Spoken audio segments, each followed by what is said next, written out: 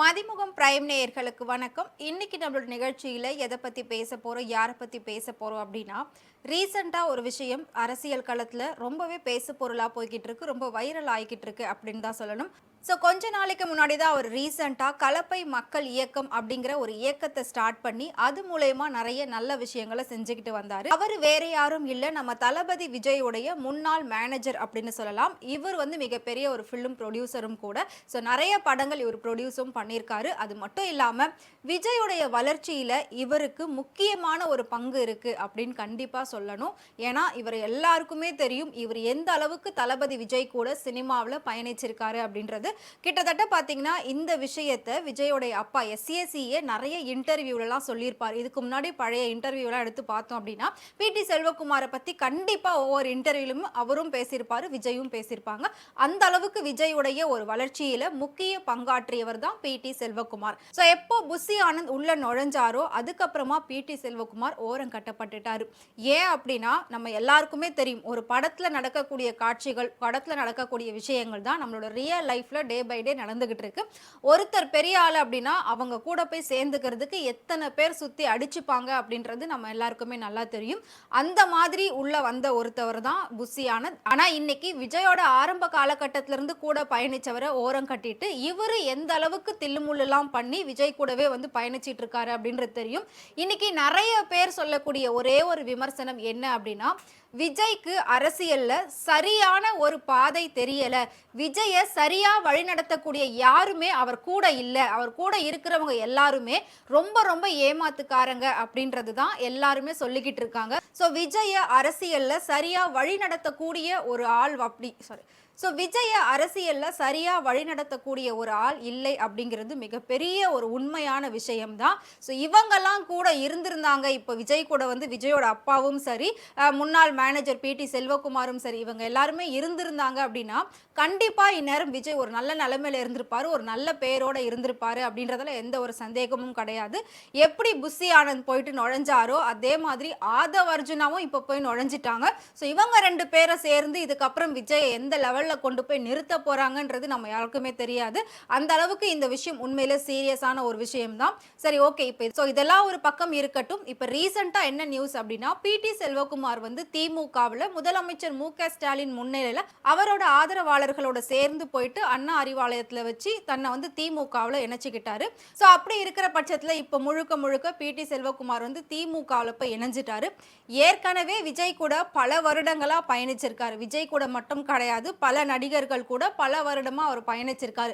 Cinema அப்படின்னா என்னன்றது அவருக்கு எல்லாமே ஆழ தெரியும் அப்படின்னு கண்டிப்பா சொல்லலாம். அதே மாதிரி அரசியல்ல என்ன பண்ணணும் அப்படிங்கிற ஒரு நாலேஜ் கண்டிப்பா இவருக்கு நல்லாவே இருக்கு.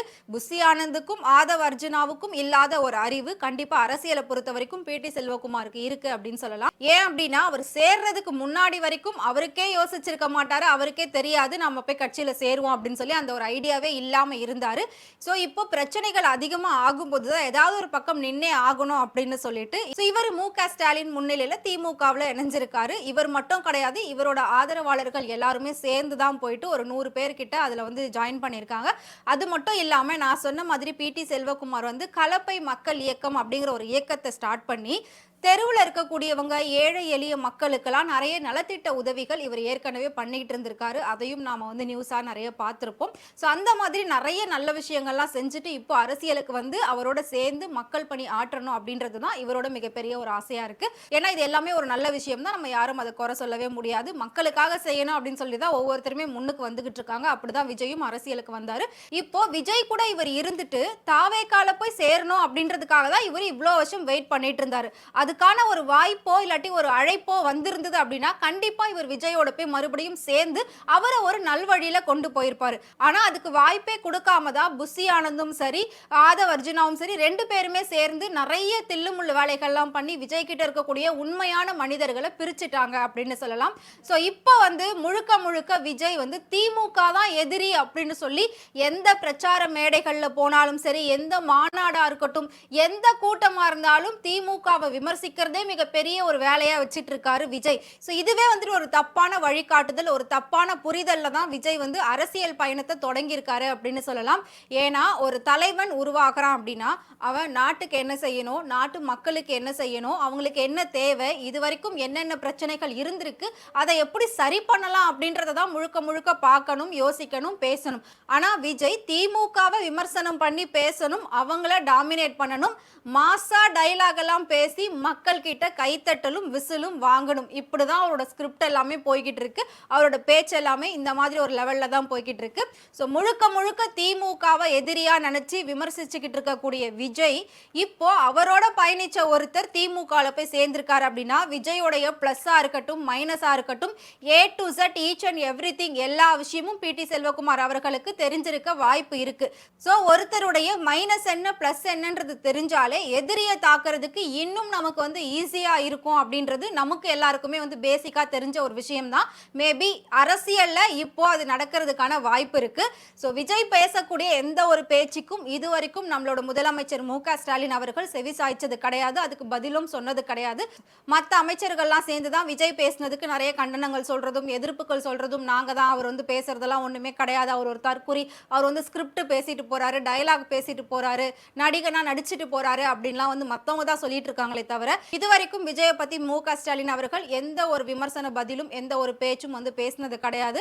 மேபி இப்ப இவர் போய் சேர்ந்ததுக்கு அப்புறமா விஜயை பத்தின எல்லா விஷயமும் தெரிஞ்சதுனால இதுக்கப்புறம் அவங்க என்ன பேசணும், விஜயோட பலம் என்ன பலவீனம் என்ன அப்படின்றத நம்மளோட முதலமைச்சருக்கு சொல்லி தெரிஞ்சா அவரு இன்னும் கொஞ்சம் வந்து ஸ்ட்ராங் ஆகிறதுக்கான வாய்ப்பும் இருக்கு. எப்படி அதிமுக திமுகன்னு இருந்ததை இப்ப விஜய் வந்ததுக்கு அப்புறமா திமுக தாவேக்கான்னு மாத்தினாரோ அந்த விஷயம் மேற்கொண்டு நடக்காம இருக்கிறதுக்கான வழிகளை அவங்களால பார்க்க முடியும், பயன்படுத்த முடியும் அப்படின்னு நினைக்கிறேன். ஸோ பிடி செல்வகுமாருடைய வருகை மிகப்பெரிய ஒரு எதிர்பார்ப்பு, மிகப்பெரிய ஒரு திருப்பு முனையா திமுகல இருக்கும் அப்படின்னு சொல்லி பல பேர் நம்புறாங்க. இன்னொரு பக்கம் பார்த்தீங்கன்னா தாவேக்காவுடைய எல்லா சீக்ரெட்டும் எல்லா விஷயமும் அங்கே போயிடுமோ அப்படின்ற ஒரு அச்சமும் தாவேக்காவோட நிர்வாகிகள் கிட்ட ரொம்பவே அதிகமாக இருக்கு. தாவேக்கால எந்த பிரச்சனை நடந்தாலும் விஜய் வந்து உடனுக்குடனே குரல் கொடுக்க மாட்டாரு. 2 நாள் நிதானமா வெயிட் பண்ணி அதை அனலைஸ் பண்ணி அதுக்கப்புறமா தான் எல்லா விஷயத்துக்கும் அவர் வந்து பதில் சொல்லி பேசுவாரு. இப்போ ரீசெண்டா வந்து ஒரு போலீஸ்காரருடைய கையை கடிச்சிட்டாங்க தாவேக்கா தொண்டன் அப்படின்னு சொல்லி ஒரு நியூஸ் பயங்கர வைரலா பரவுச்சு. அவர் எதுக்காகனா பாதுகாப்பு பணிக்காக போயிருக்காங்க, அந்த இடத்துல நீ வந்து என்ன தடுக்கிறியா விஜயை பார்க்கறதுக்கு அப்படின்னு சொல்லி அவர் வந்து கையை கடிச்சிட்டாரு. இது மிகப்பெரிய ஒரு பேசு பொருளா போச்சு. அந்த விஷயத்துக்கும் விஜய் வாயை திறக்கவே இல்லை. அவரோட தொண்டன் தான் மாட்டியிருக்காரு, அவரோட தொண்டனுக்கு தான் மிகப்பெரிய பிரச்சனை வந்திருக்கு. அதுக்கும் விஜய் எதுவுமே வாயை திறக்காம எதுவுமே சொல்லாம அமைதியா இருக்கிறதுக்கு காரணம் என்ன அப்படின்னு எல்லாருமே கேட்டிருந்தாங்க. அமைதியா இருக்கிறதுக்கு காரணம் என்ன அப்படின்னா அவங்க மேல தப்பு இருக்கு அப்படின்றது அவருக்கு தெரியும், அதனால அவங்க அமைதியா இருக்காங்க. யாரா இருந்தாலும் கையை கடிச்சது அப்படின்றதெல்லாம் மிகப்பெரிய ஒரு தப்பு தான். அதாவது மக்கள் யாருமே ஒரு அரசியல் தலைவரா விஜயை ஏத்துக்கல, விஜயை பார்க்க போல. ஒரு நடிகரா தான் விஜயை பார்க்கறாங்க, நடிகரா தான் விஜயை வந்து ஏத்துக்கிட்டு இருக்காங்களே தவிர அரசியல் சம்பந்தப்பட்ட மாதிரி யாரும் யோசிச்சு பார்க்கல. அப்படி பார்த்தாங்கன்னா இவ்வளோ பெரிய பிரச்சனைகள் எங்கேயுமே நடக்காது விஜய்க்கு. ஸோ அவர் அடுத்தடுத்த கட்டத்தை நோக்கி போவாரா அப்படின்றத நாம வெயிட் பண்ணி பார்க்கலாம். பிடி செல்வகுமாருடைய வருகை திமுகவில் எந்த அளவுக்கு பலமா இருக்க போகுது, அதே பலம் தாவேக்காவுக்கு எந்த அளவுக்கு பலவீனமா மாறப்போகுது அப்படின்றத நம்ம வெயிட் பண்ணி பார்க்கலாம். ஸோ இதே மாதிரி டே பை டே அரசியல் அப்டேட்ஸை நீங்க தெரிஞ்சுக்கணும் அப்படின்னு நினைச்சீங்கன்னா மறக்காம மதிமுகம் பிரைம் சேனலை ஃபாலோ பண்ணிக்கோங்க.